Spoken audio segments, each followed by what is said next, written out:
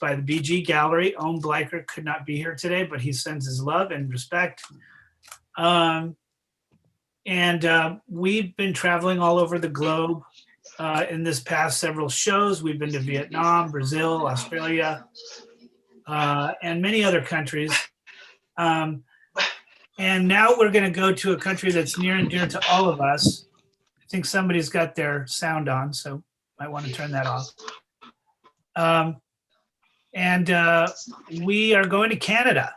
So a beautiful place, in a huge place, and a lot of diversity and wonderful artists come from there. We have with us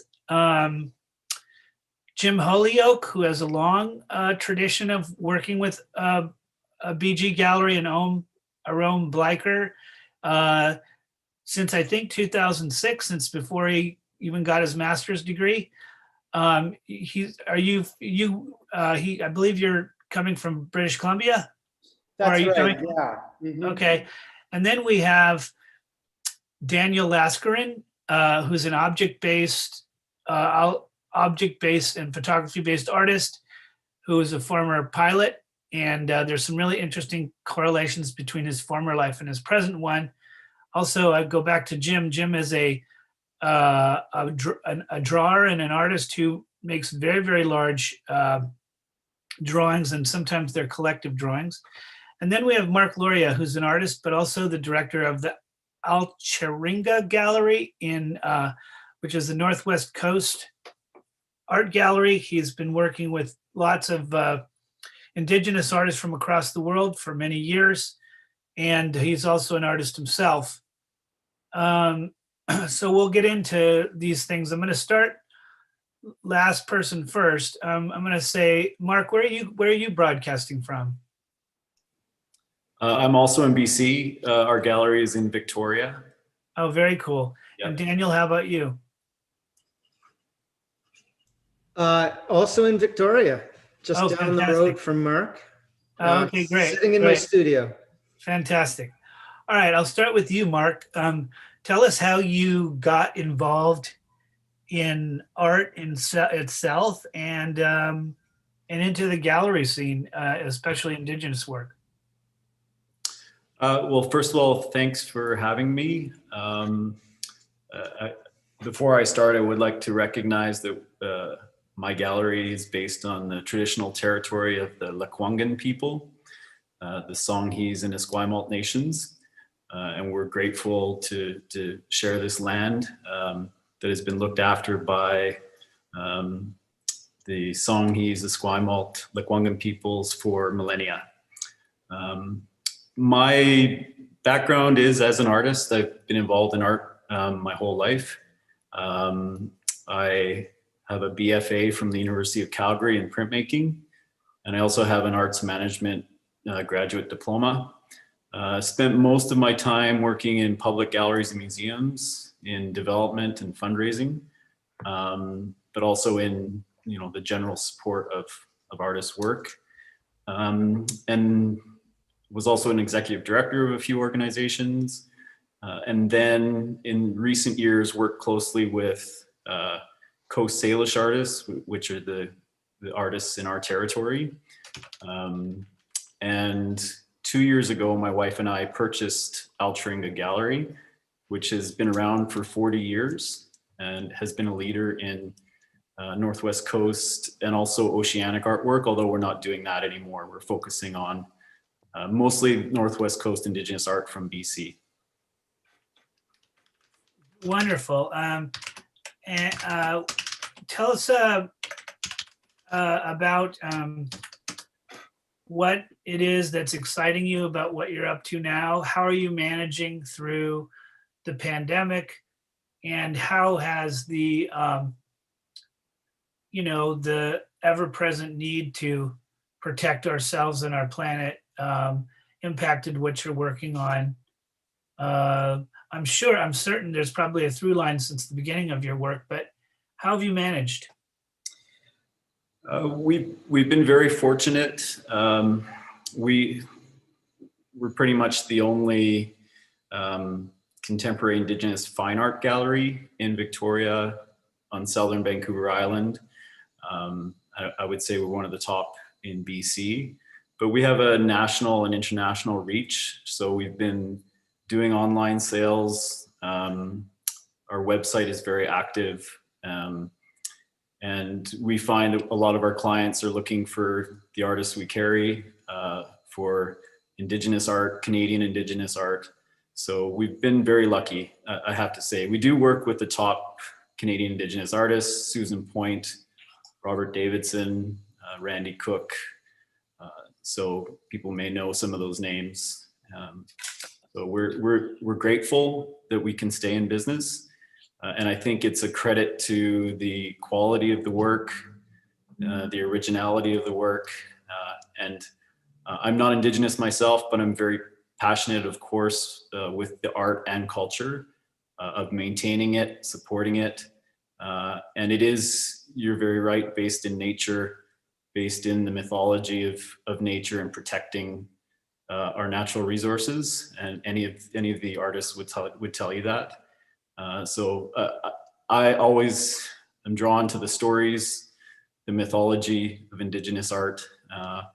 And I have to say that we work with the most incredible people. These are artists who've survived residential schools in Canada, 60 scoop survivors. All of our artists have been touched by colonialism. So that's something we try to do things the right way, with respect. We always have elders involved in openings. So, yeah. Why don't we see some of that work? Sure. Are you going to be sharing your screen, or is we going to have our controller do it? I think I'm sharing my screen. I haven't Okay, done. great. Yeah. Flip through what you'd like us to see. Okay.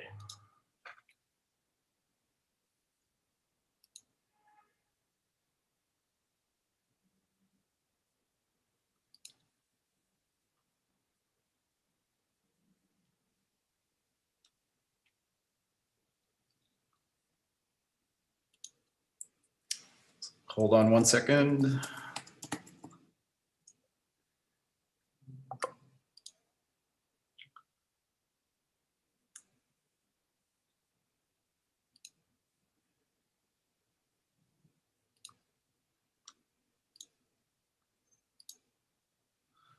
There we go. Is that working? Yep, we can see it. No problem. Okay. All right. So the front image here is a mask by Randy Cook. Randy is a Quagmire artist from Northern Vancouver Island, based in Victoria. He's actually completing his master's degree at the University of Victoria, which Daniel probably knows. So Randy has kind of moved, he's really trying to move contemporary ideas into traditional form. He's actually a hereditary chief. And I know his master's work is really about environmental protection, environmental consciousness, and how he can incorporate that into traditional forms. But I might just put this up here again, just for reference. I did go through this, but we always give a territorial acknowledgement. First artist here is Susan Point. Susan has been active for 40 years. She's Coast Salish from the Musqueam Nation in Vancouver. If anyone has been through the Vancouver International Airport, you will have seen her large spindle whorls or welcome posts. Coast Salish people don't make totems, they make welcome posts or house posts. And you'll see a lot of circular designs in Coast Salish art because it's based on the spindle whorl, which is a weaving, a wood weaving mechanism that a spindle rod goes through to weave wool, which was very important for Coast Salish culture. So you can see a lot of animals in Susan's work. You see sharks, dogfish, which are found locally, whales, salmon, this large salmon spindle whorl. So that's carved cedar. And then Susan has a very large print catalog of over 360 prints. Most are in public collections in Canada and internationally. And yeah, very vibrant colors. Co-Salish design is based in four design elements. So it's very nuanced, subtle, and very contemporary. Cool. Is there some more that we can see of hers? I'm kind of going to move through some artists. Okay, but yeah, go ahead. Move through. If you want to get more artists done, that's fantastic. Go yeah, ahead. you can go into our website. You can go online and search Susan's Great. work too. Great, super. Robert Davidson, Haida, the most important living Haida artist. Robert really led the way in advancing contemporary design in Indigenous work, following Bill Reed. And you can see how he's adapting and adding new forms, actually changing forms that are used in Indigenous design, abstracting, deconstructing. We Were Once Silent is an interesting piece. You can see the colonial aspect of the Indigenous face in the middle there being, silenced. Les Lai is another important Co-Salish artist. He has several works in the National Gallery of Canada. We sell a lot to private collectors who are very interested in his work. Again, he's kind of simplifying, uses a lot of subtle nuances in design. You can see the large spindle whorl. That's a 6-foot painting that we recently sold there on the left. Yeah, so a lot of Les Lai's work is, he has a master's degree in literature. So he does a lot of writing about his work, but it's all based in traditional Salish design. Here's more of Randy's work.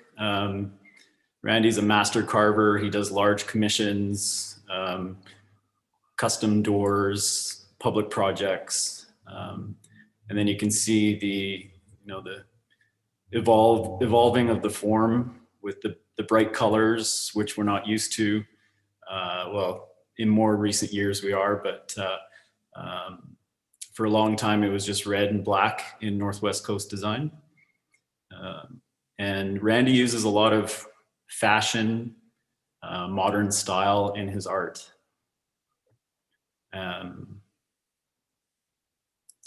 Dylan Thomas, another up-and-coming Co-Salish artist. He's currently the Indigenous Artist in Residence at the City of Victoria,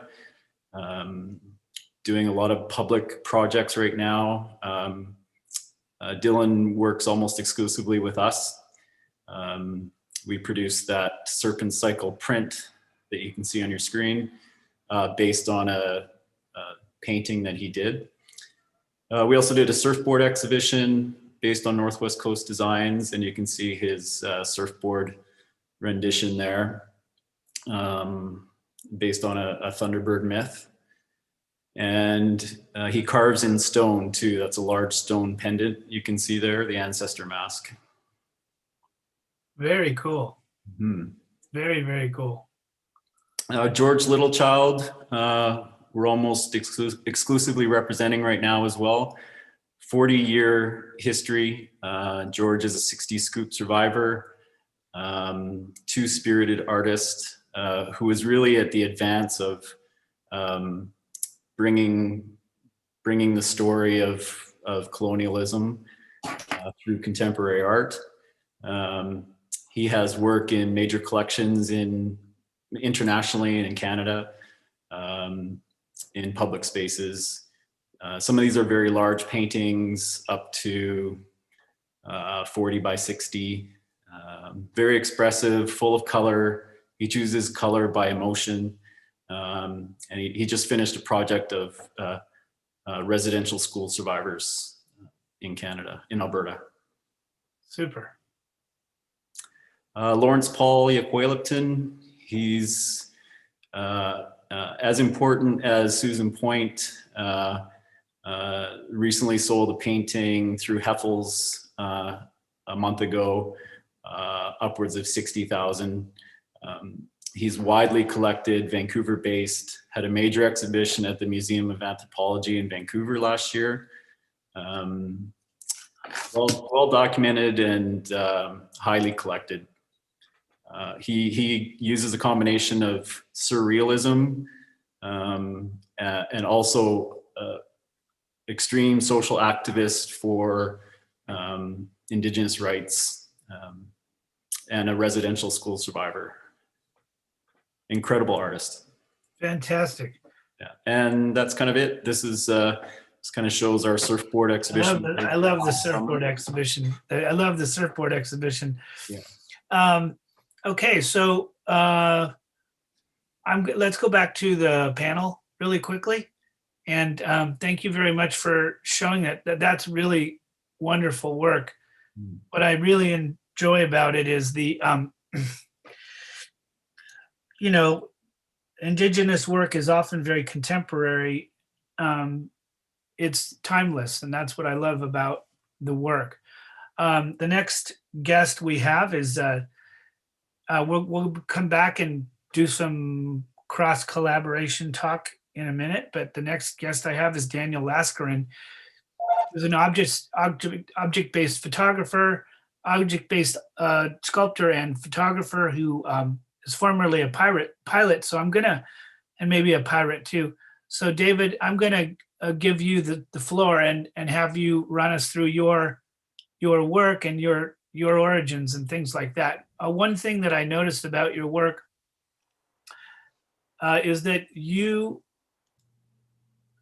create a really interesting and very organic contrast between modern materials and natural ones. And so that's an interesting connection, and a lot of metaphorics work related to connection, both with the sky and with the ground. So I'll take it away from here.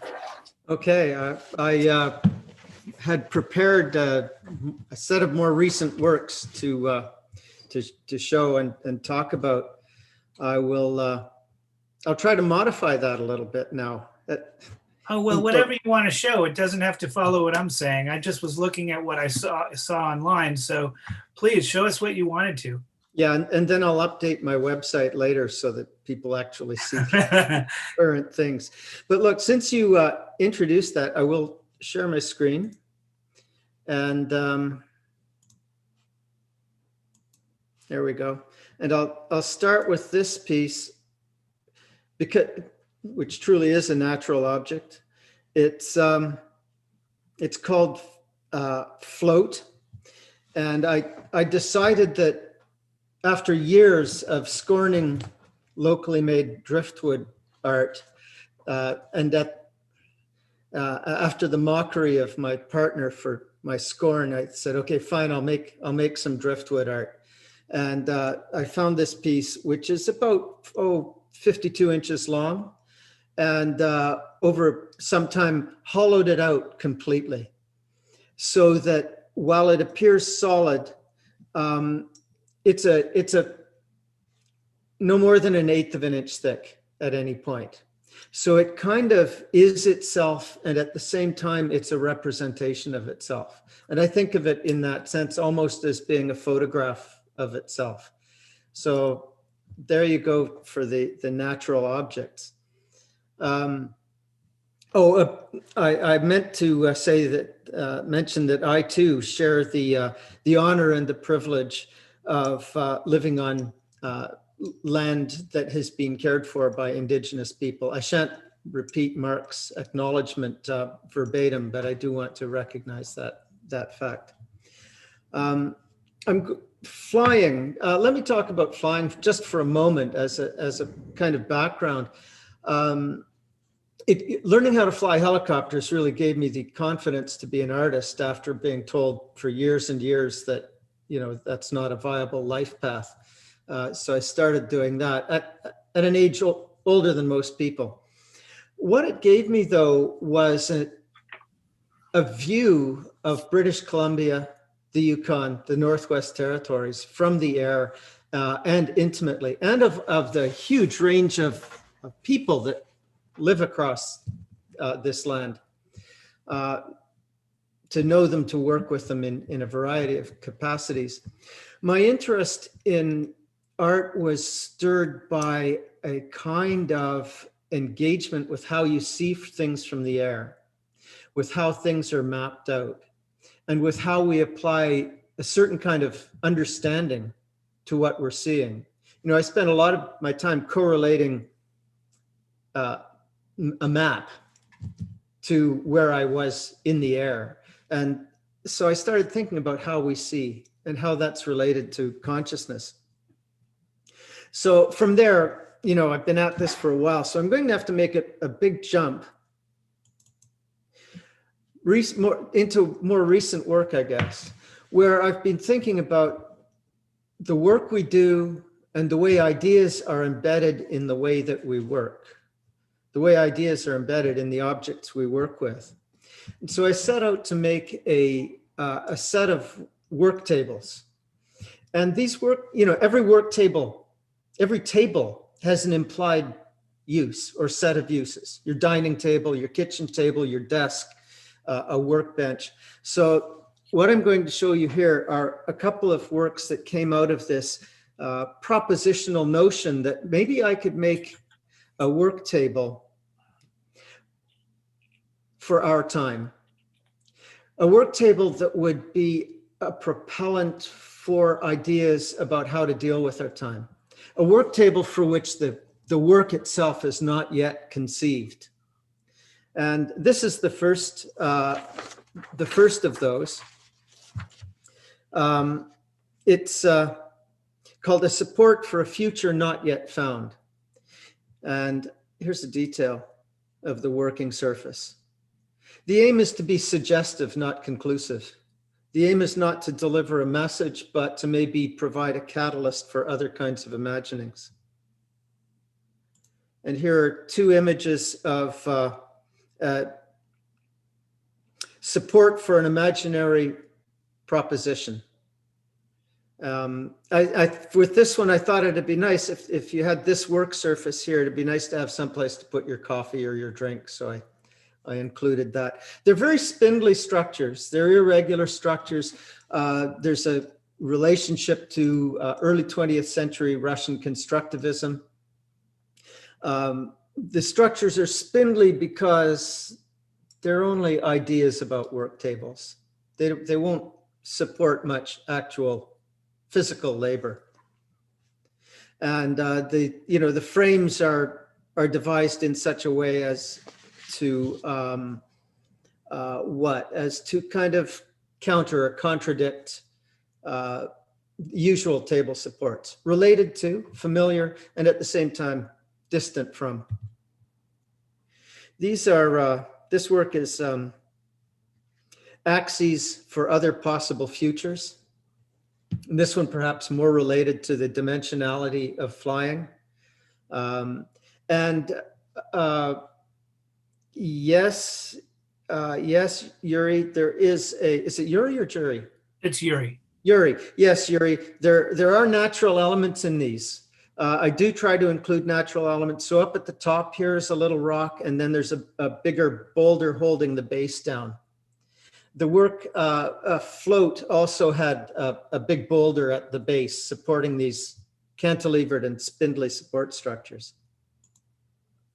So this gives a better idea of it. It's also you go ahead. It's also kind of celebratory of material stuff, and that certainly comes from my work. I wasn't just a helicopter pilot; I was also an aircraft maintenance engineer. So I have a lot of engagement with, fascination with working with materials, and in particular, right now, aluminum, plastics, but also lots of other things. So I was working on these, and then I went and did a residency in the United Kingdom. I was in Newcastle upon Tyne and spent a lot of time wandering around And I started to generate images like this one.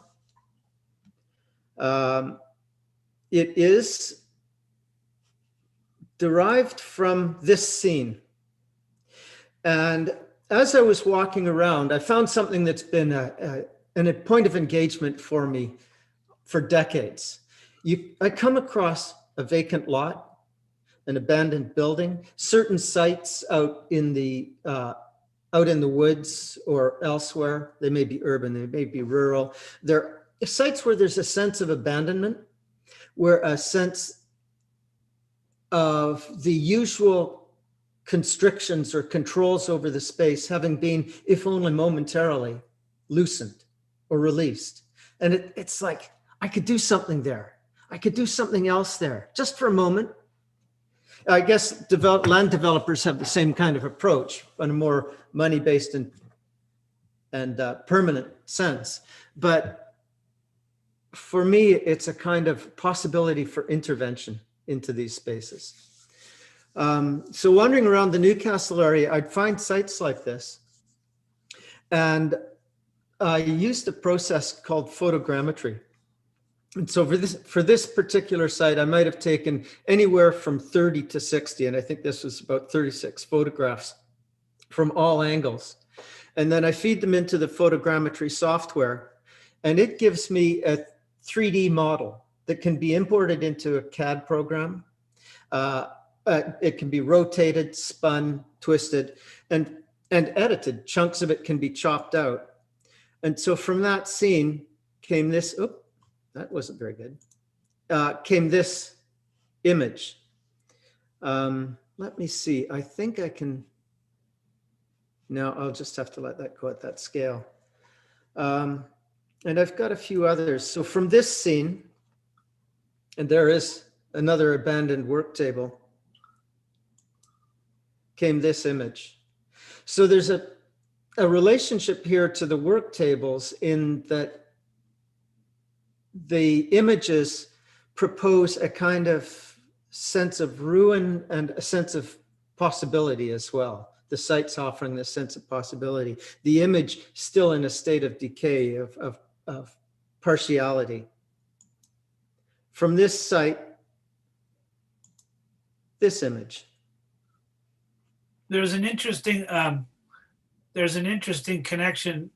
This reminds me of your description of what it was like to fly helicopters, where you are transposing what you are seeing from the map to the visuals and from the visual back to the map, constantly going back and forth. And so what I'm noticing from your original tables and from these images is that your sculptures reference your photographs, your imagery.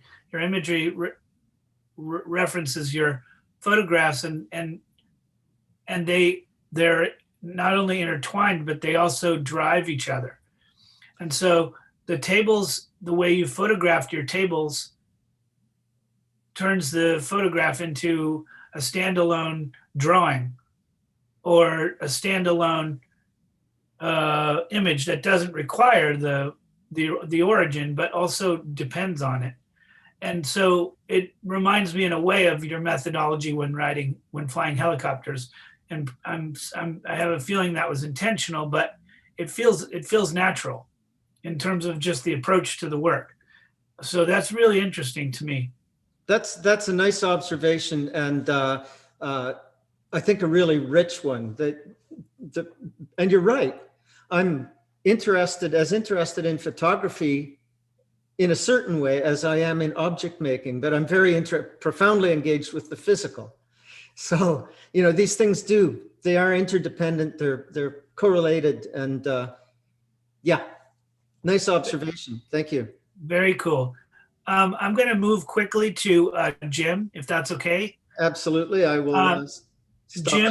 Jim, you have a presentation for us, and I am very interested in the fact that you trained in China with a master artist, and that you not only have a long history with the BG Gallery, but that your drawings are immersive, not only collectively as not always with collective groups, but they're immersive in size and immersive in community.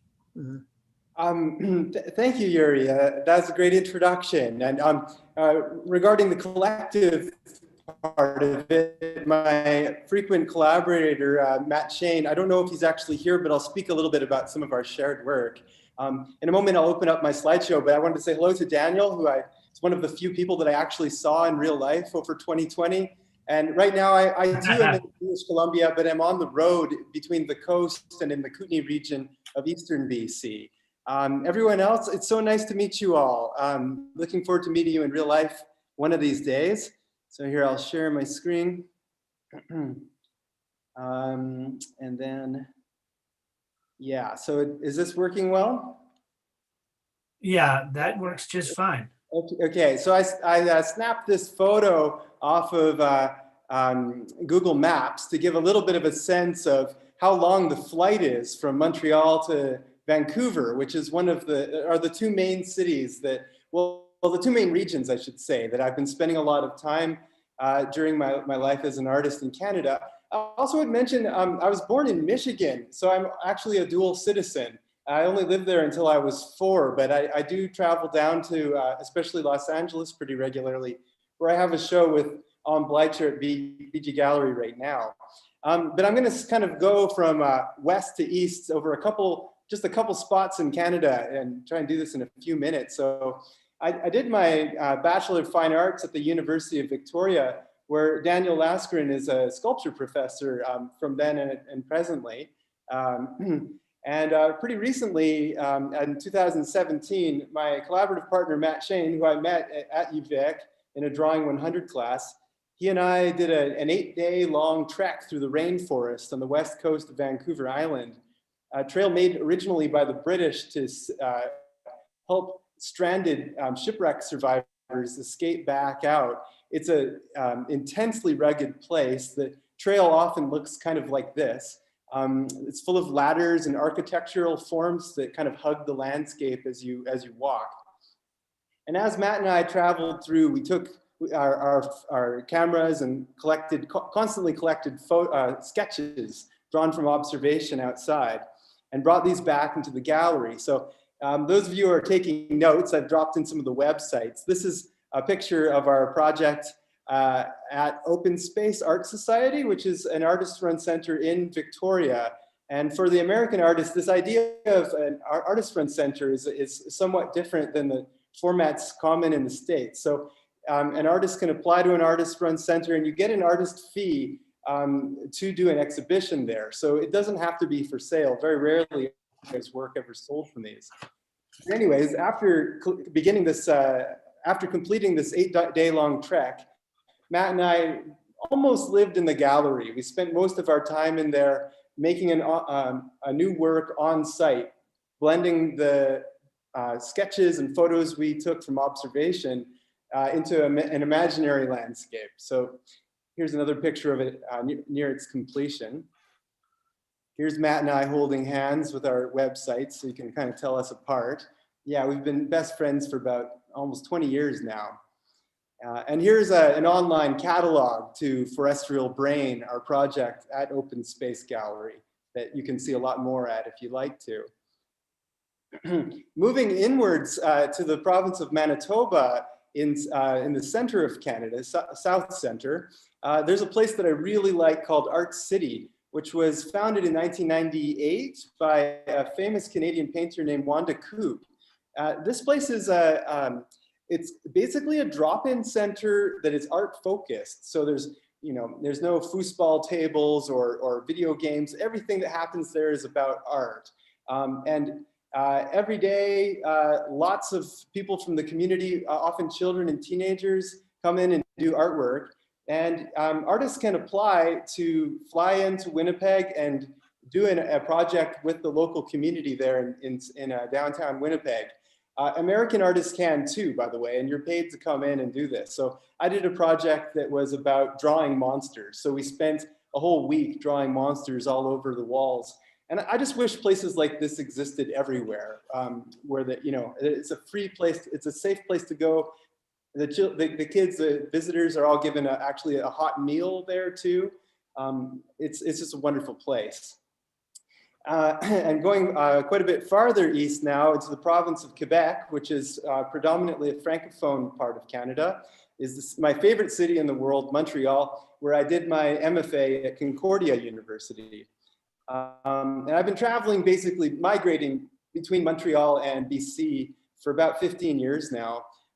This is another project with Matt Shane at the Musée d'Art Contemporain. It's the main contemporary art museum in Montreal. It was called Quagmire. So for 4 months, we drew on site in the museum at nighttime. So we'd show up at about 6 p.m. as the museum closed, and we would draw until about, I don't know, like 3 o'clock in the morning, and wouldn't see anybody except each other and a couple security guards. And in this drawing, we're thinking about the Quagmire as a swamp, also as a problem.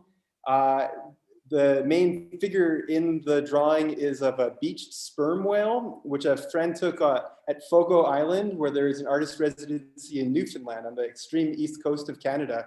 And so we used this photo of a sperm whale to create basically a landscape. So you can see there's me drawing in the open mouth of the whale where the guts are basically pouring out of its mouth. And if you come in closer, you'll see that the body is covered in buildings and architecture and little towns, almost like barnacles growing on the body of a larger animal.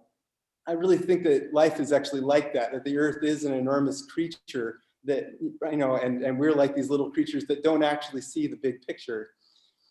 And instead of having an opening, we had a closing. So here we are at our closing where we dressed up as swamp monsters, having completed our drawing over 4 months. I thought I'd bring this in. This is a project called Hybernacula, which is in a place called Parc de la Belle Rivière, which is about an hour and a half north of Montreal in the Laurentian forests of Quebec, which are just a beautiful place, especially in the autumn. All the leaves change color. It's incredibly beautiful. Matt and I covered the exterior of the building with bird houses and squirrel houses. And on the inside, we used, we had a gas generator for electricity and used to power our electric pyrography pens. So we were actually burning drawings into the cabin. So this cabin is actually within an outdoor sculpture garden. So in the wintertime, you could go snowshoeing or cross-country skiing in among sculptures that are sometimes half digested by the forest and the landscape. Here's Matt with his pyrography pen burning into the walls. And here's the space somewhat afterwards. I think we're really considering the idea of inside and outside, how everywhere is inside of somewhere else and outside of somewhere else. And the forest as an environment is both an interior and an exterior place. It's a forest that you go inside of. And that even our bodies are like homes to bacteria and other smaller creatures. And then I'm just going to wrap this up real quick. I've moved back to BC a couple of years ago, and I'm presently establishing myself in the town of Nelson, BC, in the West Kootenay region, where I've been drawing a lot outside. This is even farther. This is on the border of the Rockies, where I'm making a graphite rubbing from a trilobite fossil in the Burgess Shale, where there are 408 million-year-old Cambrian creatures fossilized all over the ground. It's almost like the landscape drew, you know, there's drawings etched into the landscape itself. And here's a picture of me drawing Mount Gimli in the West Kootenay region, where there's an amazing cliff. And as I was drawing, I was visited by this goat. And that's my little presentation for you all. Let's see here.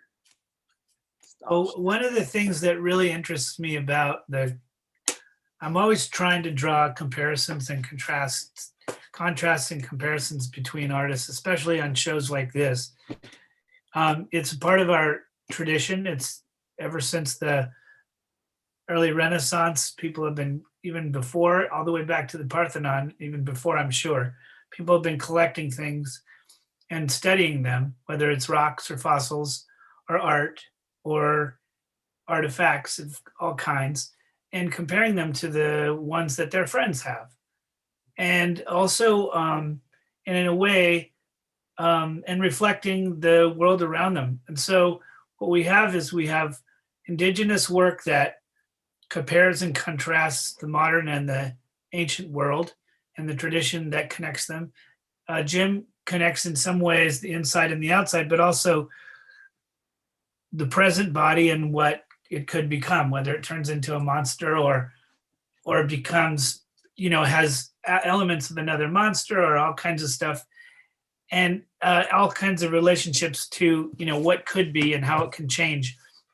Just like that artist that Mark showed us, who's trying to use the traditional mask form for modern social situations, which I really enjoyed. I enjoyed those big lips, those big painted lips on that mask with the taxi going by. I really enjoyed that. And Daniel's work does the same, the inside, outside, everything being connected in some way, but also apart from each other so that they can be understood. So I'd like you to, chime in, the three of you, and maybe comment on each other's work, or at least how do you feel about that sort of thread that I tried to weave through each of your work, and what does it make you feel like when you're, actually doing the work? Because sometimes doing work in my own painting and in my background, I'm Estonian, which has been in the same place. Our small little language and culture has been in the same place for about 10,000 years. And we have lived in the small spot that we live in now and never wanted to move because it's beautiful. It's it's one of the largest, most per capita forested areas in Europe. And it has long traditions of folk tales and stories and mysteries and things like that. So for me, I'm always looking for a connection to my Zen or to my origins and my being. And painting is sort of like, I'm not religious, but I'm spiritual. So going to church in other people's vernacular is what I'm doing when I'm painting and making art. So that's my little my takeaway from seeing all this wonderful work. Very inspirational. So I'm wondering how you guys feel about your practices, whether it's showing other people's work, making your own, or otherwise. Anybody can chime in and chat about each other's work. Somebody jump. Yeah, Jim, go ahead. Oh, I was seeing a connection of transformation in most of the work that I was seeing here. And I was thinking a little bit about Daniel's, the projects where you're finding these abandoned corners in the world and then creating these digital images based on them, and how spectral and haunted they feel, but not in the kind of ethereal way, but in this almost rusty, corroded way that they're so sharp and fragmented.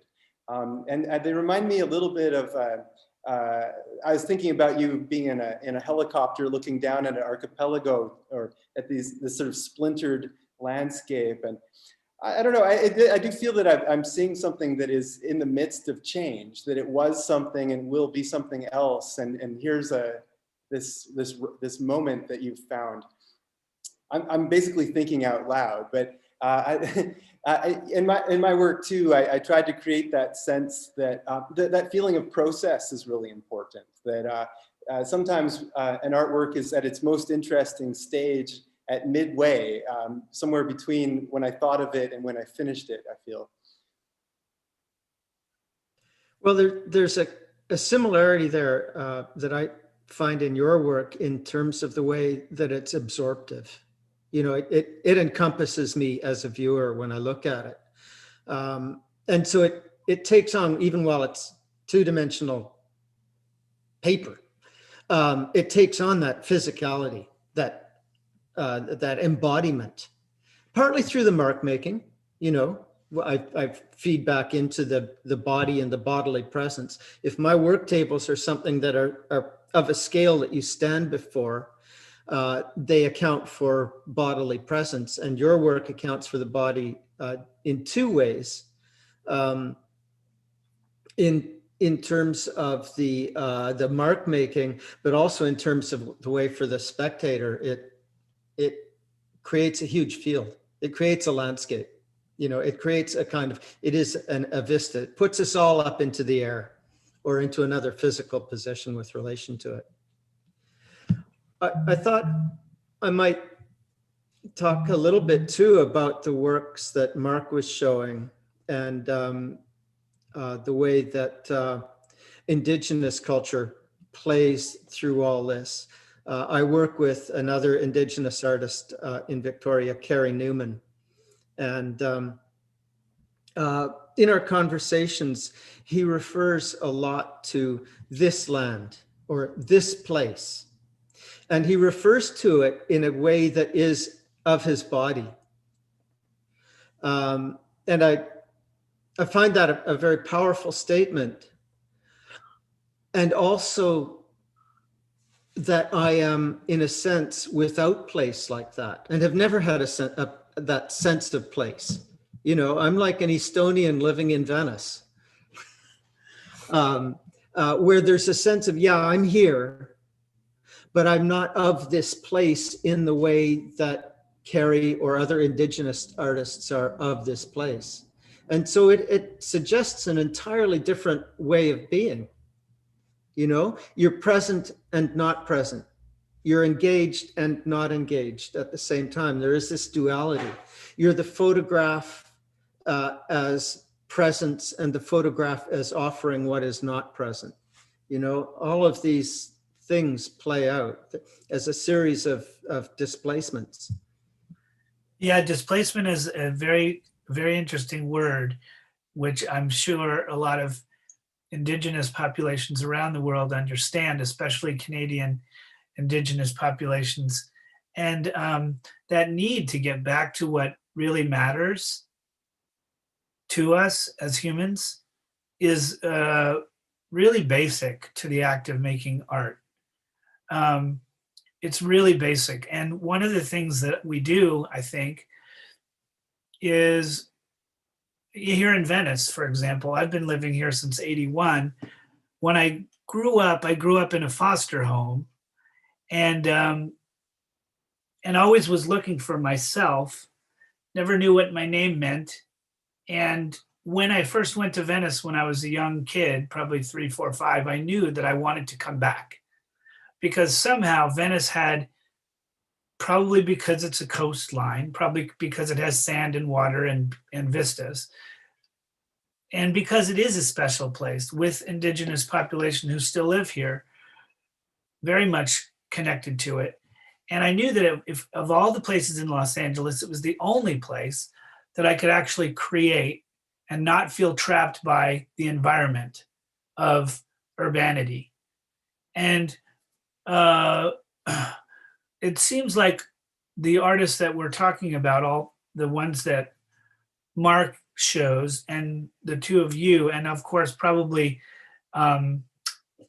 Lisa and Matt's work, which we're going to see in a moment, probably relates to that too. And I think in general, I think artists are all, if they're really making work for, I think I hate to use the word right, but the important reasons, they're looking for that too, regardless of where they come from.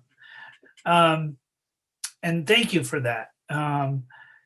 That displacement is a huge issue for a lot of us. And that feeling of wanting to like find yourself in a place is really, I think, the search that we all are looking for in one way or the other.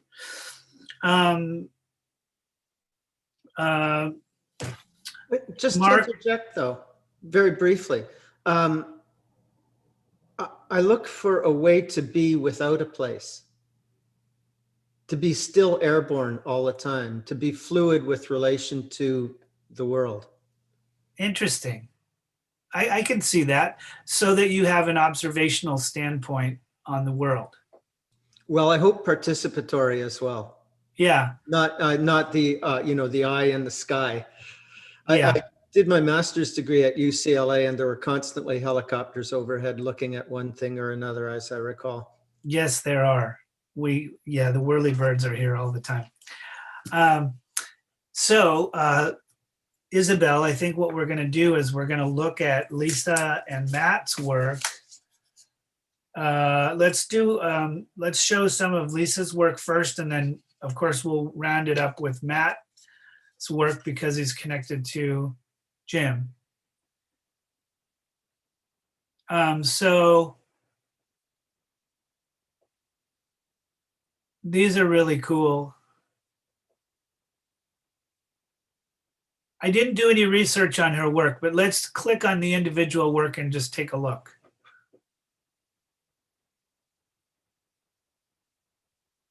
This one is called Floral Print Gecko 2020. Let's go to the next one.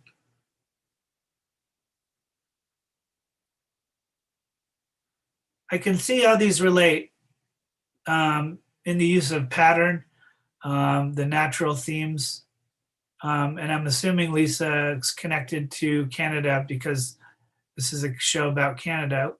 Do we know where she's from? What part of Canada? I believe she's in Hamilton, Ontario, but I'm not totally sure. Yeah, I should probably be using my fingers and doing my really quick. Hi. But I'm just looking at the work. Is Lisa here? Hello? Hi, is Lisa here? Oh, hi, Lisa. Yep, I'm here. Can you hear me? What? Yeah, why don't you talk a little bit about Can you hear me? Yeah, I can hear you, yes. I'm in Toronto, actually. I went to OCAD, actually live right outside. I don't know if you can see that strange building. That's the art school here in Toronto. So I live across the street and I make my paintings here in my little apartment. This is the work I'm working on now. It is also a little bit about displacement. I have zebras, but instead of being outside, they're kind of inside. I don't know. Can you see that? Kind of. So. Sorry to interrupt. I don't think you've shared your screen. There she did. Now she did. Okay. Okay, there we go. This is what I'm working on now. Outside, but they're inside in a house. Instead of like your usual grassy African savanna, we have like pink fur on the floor and like a sky of indoors. And what else? We have my room of daffodils. So it's daffodils. There's like a window with a little cloud. This is actually from my favorite Toronto surrealist painter, Robert Farmer's, a portrait of myself as a bunny, a unicorn bunny. So that's a lot of, yeah, so I guess I mostly do surrealism. We have a small little surrealism scene here in Toronto. This is my bedroom. I'm sorry, the light's not very good at all. I don't know if I can show you this painting. This is my most recent painting. So it's kind of taking an outdoor animal. I don't know if you can see that great. Yeah, your reception is going in and out, but now we can see that one. Yes. I can show you. Yep. Yeah. So are you still in art school? No, I graduated 2007. Oh, very cool. Very cool. And so I also work as a home care nurse. I do sell these paintings. I just saw the big one in Germany, like last couple of weeks ago. Mm-hmm. So I do sell kind of all over the world. I have a website, so you can see them. I don't know. Can you see that? www.lisaingart.com. And there's a bunch of paintings. I've been painting, and I wish the internet was better. Here we go. Well, we're gonna That information, that information will be available on the BG Gallery website. Oh, okay. Yeah, there you And go. we'll make sure people have a chance to see it. I would encourage everybody to go see Lisa's work on your computer screens so that you can have a chance to study it. I'm really enjoying the graphic nature of it, and yes, the surrealism of it. I want to move now to Matt's work. Our show's almost finished. I wanted to show some of Matt's work, Isabel. Yeah, let me pull it up. Yeah, just can you open guys see up. my screen? Yeah, I can see your screen great. Okay, cool.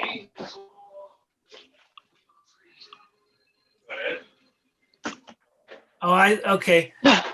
This is interesting. This has some really interesting connections to the other work. I mean, everybody's work is different, but when you make a map, you take the individual parts of the world and you flatten them and they separate, and so the edges aren't joined. So it's this is reminding me of some of. Show us the next one, Isabel.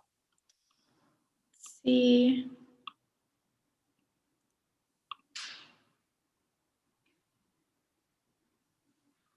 All right, can you guys see? This is lovely.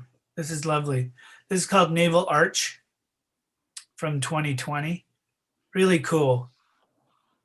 Let's see the next one.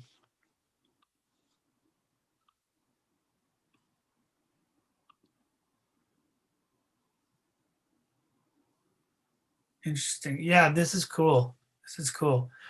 I think this is fjord hoppers. Let's go back to the panelists really quick. So we only have a limited amount of time for our shows. Usually we try to keep them short. Doesn't look like we have too large of an audience with us today, but I would encourage, before I go, does any of the three artists and gallery owner, Daniel, Mark, or Jim, would you like to say anything before we go? Thank you. That was great. It was interesting to see what everybody's up to, and you're a very gracious host, Jerry. Thank you very much. I enjoy the hell out of these events because I get to meet some of the most talented people I've ever met, and it is not just talented, but just I learn things every show. Like Jim showed us places that I want to visit now, and Mark showed me artists that I want to get to know. That surfboard show from my own personal experience really turned me on because I hadn't seen indigenous art like that on surfboards before, and the shapes looked really good. They looked really rideable. And Daniel's work, Daniel, of all the artists we've shown today, your work surprised me the most because it comes from a really grounded place, even though it has a lot to do with the overview. And I really enjoy the way you connect with